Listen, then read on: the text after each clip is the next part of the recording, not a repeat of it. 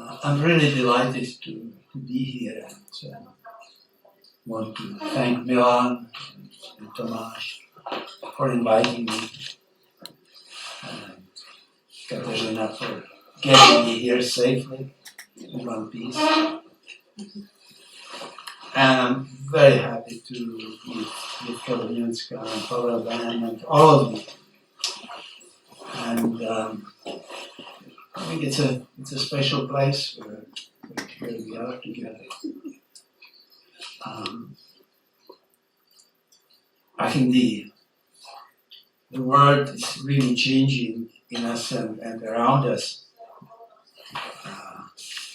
I was so touched when I came in at the end of the session, and there was a kind of a free-floating compassion and caring and love in the whole room. Something I really did not feel at Alavini Nádraží in Prague when I got on the train. And if we have time later, I would be happy to elaborate on a bold statement that the world is really changing. I feel it in the past 10 years, and it's really moving in a different direction. I think we are at the beginning of major change in paradigm and the way we view the world and perceive it.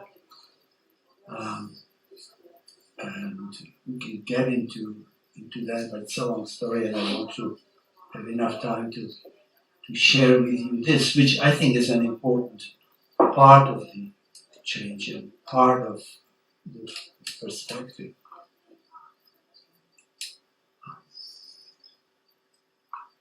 Albert Einstein said that we cannot solve the problems in the world by using the same kind of thinking that created the problems. And you know the amount of problems that we have, starting from economic all the way to political and the whole gamut in between. But there is a new view, a new perspective, and I think this is a good example, small example. When we deal with emotional difficulties, when we deal with anxiety, depression, alcoholism, post-traumatic stress disorder, we deal with human consciousness. And you've been visiting this morning some of the non-ordinary states, very important part of it. And I think the change really has to start within, inside. I think that's what you obviously are doing. And for that reason, I feel that this is one of the important spots in the world where that step is taking place. The funny thing about life is that at the moment, you really cannot say anything about the importance of the moment for your life. You can only say it in hindsight, and I've been around long enough to be able to see. But I think that these are the important moments. What you're doing here, focusing on understanding yourself and seeing what kind of changes you need to make. Because that's the only way we can really change the world in a positive way. If we change ourselves and see what needs to be done and how it can be done.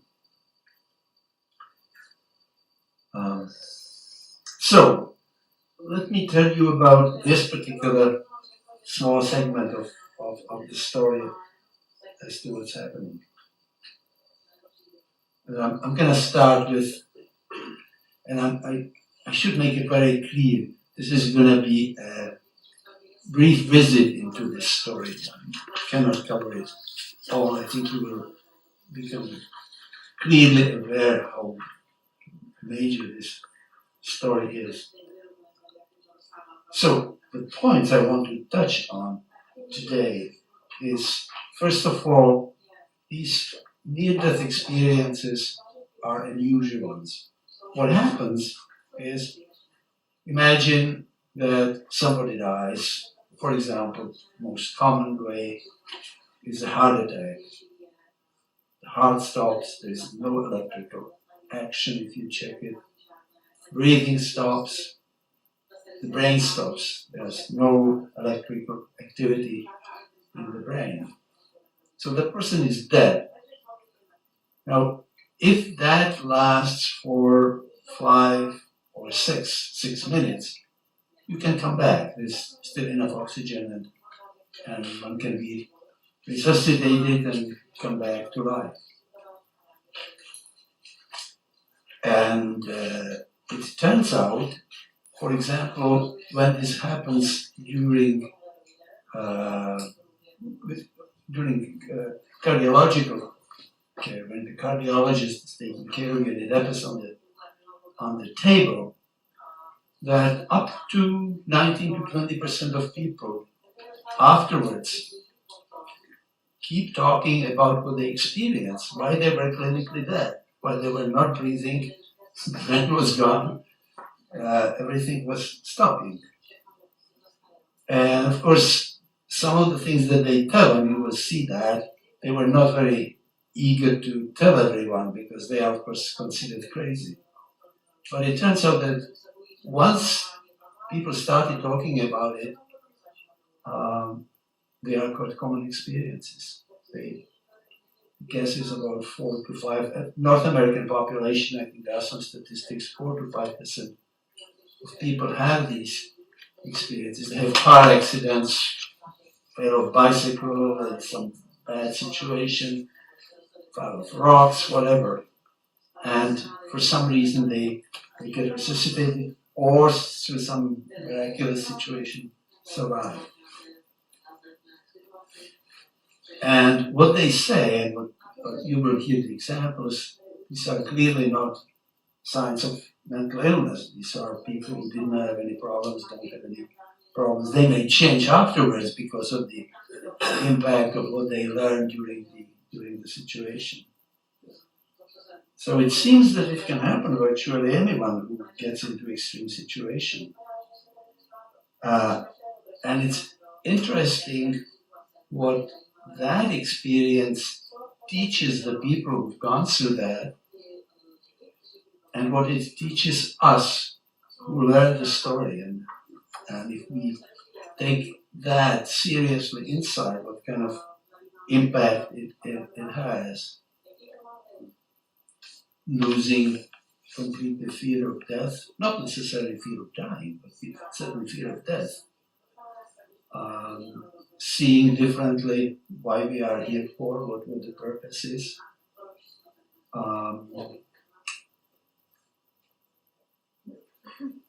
And obviously the fact that consciousness, thinking, mental activities continues in a way that can be demonstrated, changes or starts altering our way of thinking about the relationship between the mind and the brain. Because it indicates that individual consciousness in some form can continue even after the body is gone. It's unclear why some people have what, let's say, if it happens during the cardiological situation, we don't know yet what's the difference between the 20% who come back with the stories and those who don't remember anything from that situation. This is not a new phenomenon. I mean, turns out that Plato, 2,500 years ago, mentions a situation where some soldier died on the battlefield and came back and talked about his experiences, but of course nobody took it seriously.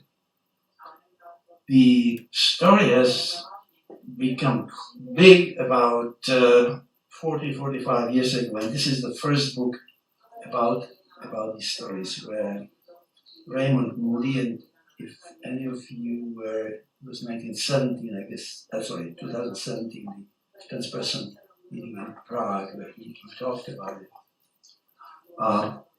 He started philosophy, and that's why he came over Plato, and then turned, I guess philosophy didn't satisfy him enough, so he added medicine to it and became a psychiatrist. And because he knew about this, he started asking, and people started opening up. And once this book came out, of course, people realized that these descriptions of what people have, it's not mental illness, and started sharing it. And this is the most recent book, and certainly if you have an opportunity, it's a book by Bruce Grayson from Virginia University, and he summarizes about 40 years of observations of these kinds. And I thought he would be a very good guy to give you an idea of about 8-9 minutes to describe some of the situations, some of that he encountered in his 45-year exploration of these near-death experiences. Now, let's see what the technology will work. Thinking more clearly than ever before, while your heart is stopped and there's no blood going to your brain. Looking down and seeing your body on the operating table and noticing details, unexpected details that your surgeon later verifies for you. Meeting deceased loved ones, family and friends who you thought were still alive. Meeting deceased people who you don't know, but later recognize from family photos. All these are things that happen in some near-death experiences that may have some bearing on the question of whether we survive death of the body, which is our topic for tonight. Is it possible that our consciousness or our mind survives bodily death? There's a wide range of human experiences that suggest this is exactly the case. Near-death experiences occur to us when we're on the threshold of death, and therefore they raise the possibility that they may teach us something about what happens after death. Now, I've been collecting and analyzing near-death experiences for more than 40 years, and I have detailed information about more than 1,000 of these cases. Each one is unique, filtered through the individual's background and personality. But there are some features that they all share in common. And some of these common features have important bearing on the question of whether we survive death and whether some part of us does, and if so, what part is that?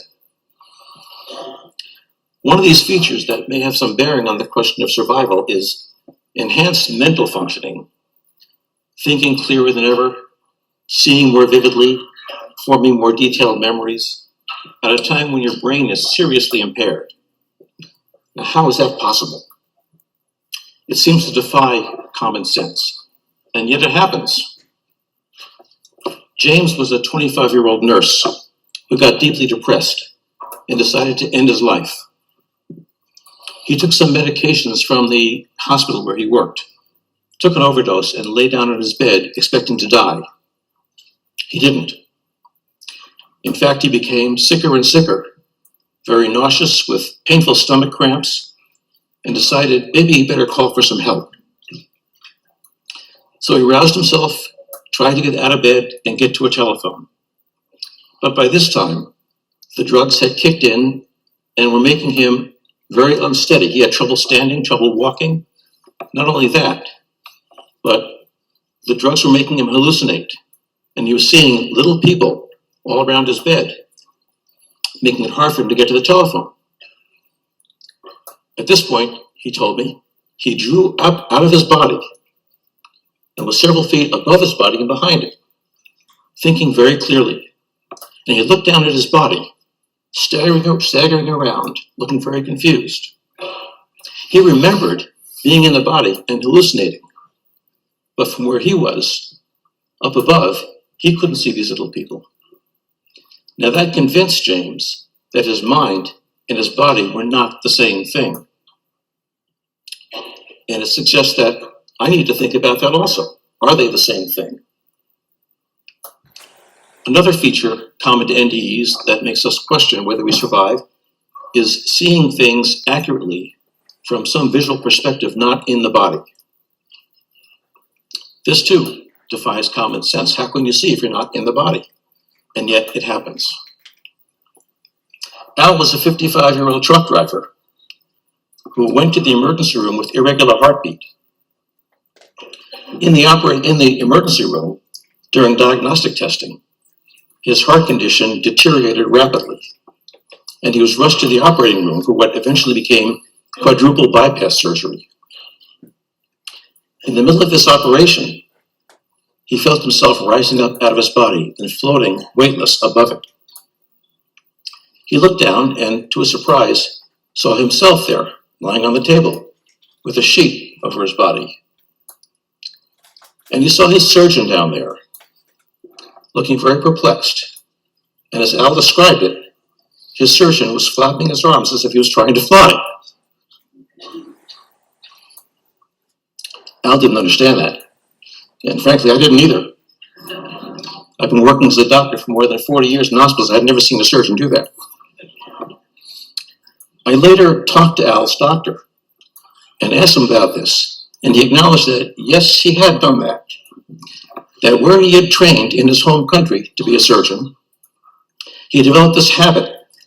When he walks into the operating room, all scrubbed in, with sterile gloves on, and his residents and interns, his assistants, are starting the operation, he doesn't want to risk touching something not in the sterile field with his clean hands. So he puts them where he knows they won't touch anything sterile. And then he instructs his interns, here, come over there, go back over there. So what Al thought was trying to fly was just instructing his assistants on how to do the operation. Now, how did Al know this? How could he see this? This is not an isolated case. A recent survey of more than 100 near-death experiences in which people reported seeing things from an out-of-body perspective found that more than 90% were completely accurate in what they said. Another common feature that people report in NDEs is seeing deceased friends and family. Now, many of us would expect to see deceased loved ones when we die, so that's not so surprising. But sometimes more surprising things happen. For example, people sometimes see deceased loved ones that they thought were still alive. Eddie was a 9-year-old boy who was hospitalized in a coma from meningitis. And he was in a coma for about 36 hours before his fever finally broke. His family were gathered around him by the bedside all night long. And finally, about 3 a.m., he opened his eyes and excitedly told his parents that he had just been to heaven. And he'd seen his dead grandfather and Auntie Rosa and Uncle Lorenzo. And then he said, and I also saw my sister Teresa, who told me I had to come back. Now, Teresa was his older sister who was in college in Vermont. And as far as anyone knew, was perfectly healthy. Later that morning, when his parents went home, they immediately called the college. And they found that Teresa had, in fact, been killed in a car accident just after midnight. How did Eddie know about that? Jack was a 25-year-old electrical engineer who was hospitalized with pneumonia. One day, as his young nurse, Anita, was fluffing up his pillow, she mentioned to him that this weekend was going to be her 21st birthday, and she was going to be gone for a few days, visiting her parents. Shortly after she left, Jack's condition went downhill, and he had trouble breathing. He eventually stopped breathing entirely. He then had a near-death experience in which he saw Nurse Anita. Surprised to see her there, he said, "What are you doing here?" And she said, "I've come to fluff your pillow up one more time." And I'd like you to go back and tell my parents that I love them and I'm sorry I wrecked the red sports car. When Jack recovered, he told the nurse about this experience. She started tearing up and left the room immediately. Later, Jack learned that Anita's parents had in fact surprised her with a red sports car for her birthday. And excited to try it out, she raced down the highway and crashed into a concrete barrier, dying instantly. Now, how could Jack know this? How could Eddie know this? How can these things happen? And finally, there are some people in near-death experiences who meet what appear to be deceased people who they don't know. Levi was a 35-year-old man who was born in Holland, who had a cardiac arrest, his heart stopped, and he had a near-death experience, saw his grandmother who had died, and then saw a man who he didn't recognize, but who looked at him very lovingly. He didn't know who this was, didn't know what to make of it, so he didn't talk to anybody about this. 10 years later, when his mother was on her deathbed, she confessed to him that her husband, who had raised Levi as his father, was not, in fact, his biological father. Levi's biological father was, in fact, a Jewish man who had been captured by the Nazis when they came into town, taken to a concentration camp, and never seen again. And then his mother showed Levi a photograph of his father, which he recognized immediately as the man from his near-death experience. So we have in near-death experiences heightened mental thoughts when your brain isn't functioning. We have accurate perceptions from outside the body. We have meeting with deceased loved ones who you didn't know had died. We have deceased meetings with loved ones who we didn't know, period. And we don't have a good physical explanation for this. So all these things should make us think about, is there something about us that survives the bodily death? And if so, what is that thing? That's not good. Yeah. I think he describes very well examples of what happened. Now, there's much more to the story. That for the past 40 years, there have been more than 70 studies of near-death experience from all over the world. The best ones, of course, are studies done by cardiologists because they have the body there. They can talk to the person right afterwards. But if I could give you just a brief summary of what else the people describe, I will. And it's important because the story is very consistent. It comes from different descriptions. There's about 4% of people who have a different description and actually talk about hell. And these are people who have been usually brought up in a kind of a strict religious upbringing with God and hell, two different opposites. But that's an exception. What people, I wanted to say one thing, why I'm stressing the consistency of the message.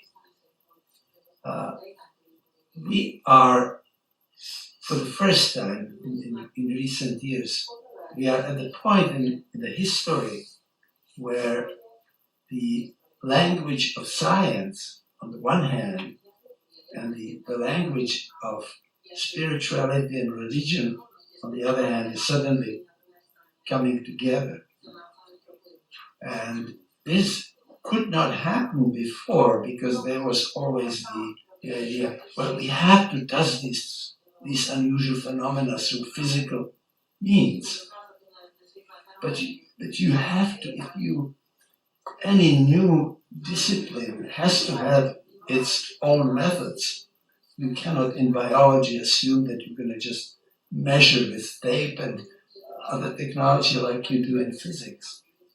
And in this area, the experiences from the invisible world, the invisible energies that are all around us here.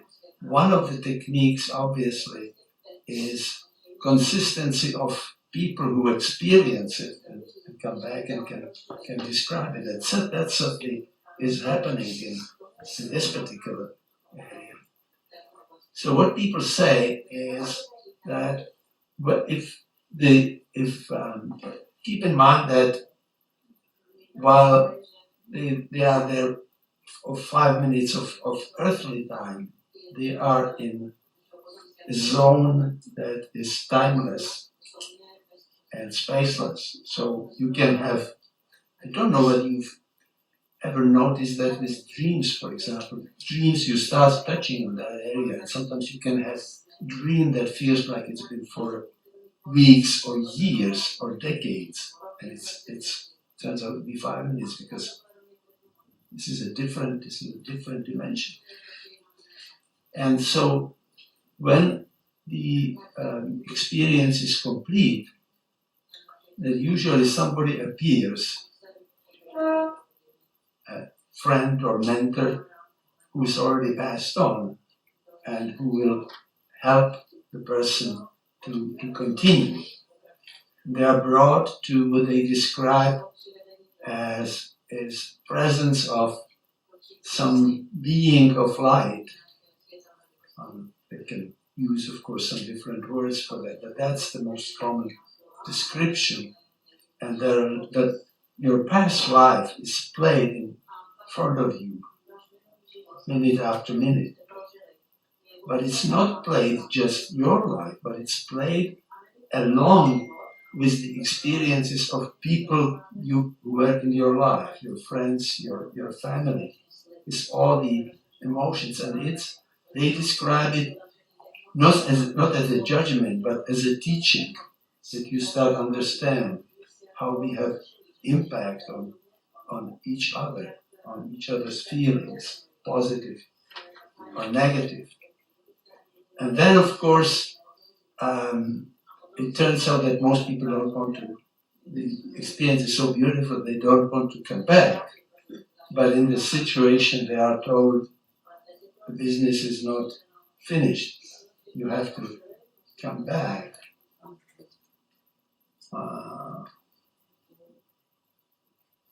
I have not checked this with my brother Stan, but I'm sure never object if I mention that. When he had stroke 3 years ago, he had the same experience, and of course, he wanted to stay, and he was, no, your business is not finished. You have to come back. There is still more to do. And finally, and the reason why it's difficult to put in words is because we think of ourselves just as separate entities, skin encapsulated egos. But at the other level, you are both distinct soul, but also connected with all the ocean of consciousness. And so it's difficult to put clearly in words. It's a bit ineffable, difficult to put in words. But they describe that when you usually meet with a group of those who passed on, who are somehow connected with you, and you negotiate your next life. There is some kind of a co-creation of what you're gonna take on in the next incarnation. And the difficulty about that is because at that point you are not just a distinct entity but also connected with something. But that's in a briefest possible presentation the rest of the story that people describe, and of course it raises all kinds of questions of purpose of life, what is given, what is destiny, and what we have choice. So we can talk. We have some ideas, some information from other studies and observations about that. Essentially, these are, as I said, common experiences. It can happen to any of us, and um, we have kind of remote healing groups in Ottawa, so we had some of these discussions, and in every group like this, it turns out there's at least 2 or 3 people who had near-death experience. But they often haven't talked about it to anybody else. It happened in exceptional circumstances. Some people, even physicians who experience this, seem to spend much more time than 5 minutes. Sometimes it feels it could be an element of miracle. There's a physician who had an accident, boating accident, on kayak, and it seems like she was underwater for about 15 minutes. And how is it possible? She came out. That's at the beginning of exploring these phenomena.